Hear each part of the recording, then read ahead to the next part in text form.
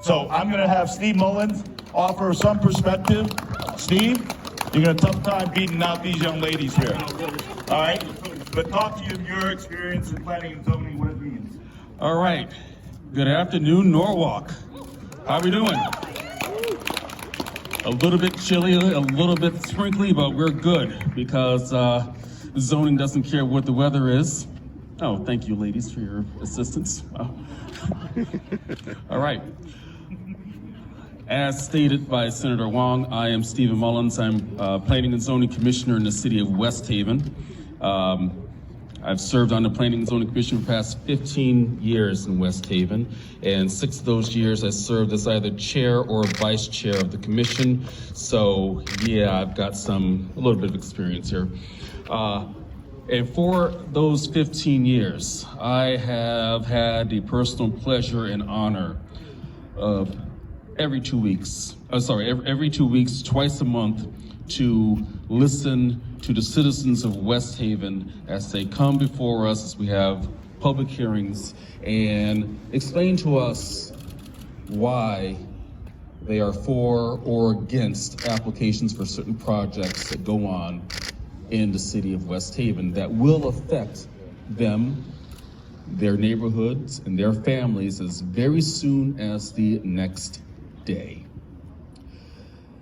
Now, we know there are several bills being introduced in Hartford that are going to possibly take away those public hearings. Public hearings are the nuts and bolts. They are the checks and balances that we hold dear.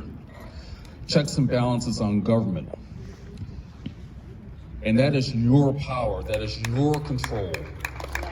That is how you have your say through these public hearings. Transparency in government, yes. We can't allow Hartford to take that away and allow a bunch of faceless and nameless bureaucrats who are not elected. A bureaucrat is not an elected person. A bureaucrat is someone who has the job, will hold the job basically as long as they want, regardless of who's in office. How would you like it for bureaucrats who know nothing about your city, your town, your neighborhoods to decide on what goes where you live? I hear only a few no's, so I don't know. Are we all pro-bureaucrat or are we pro your local town having control? All right, we are 169 independent, self-governing, strong municipalities that make up the state of Connecticut. County government in this state ended decades ago and completely ended with the ending of the sheriff system about 20 years ago. So we are all local home rule. What works in Norwalk may not work in Darien. What works in Darien may not work in Stamford, and what works in Stamford is not going to work necessarily in New London. We cannot be governed the same way, and nor should we expect to be governed the same way. It cannot be one cookie cutter system, and all in the name of desegregation. Let me talk to you a little bit about that. I have been in property management and different levels of property management. I've been a property manager, an assistant property manager, a leasing agent. I served in those capacities for nearly 20 years. I have taken courses and I have taught courses on federal fair housing, and everything that this Desegregate Connecticut is trying to do has already been taken care of by the federal government by the Fair Housing Act of 1968. That's right. So let's not add more and create solutions to problems that have already been solved by our federal government.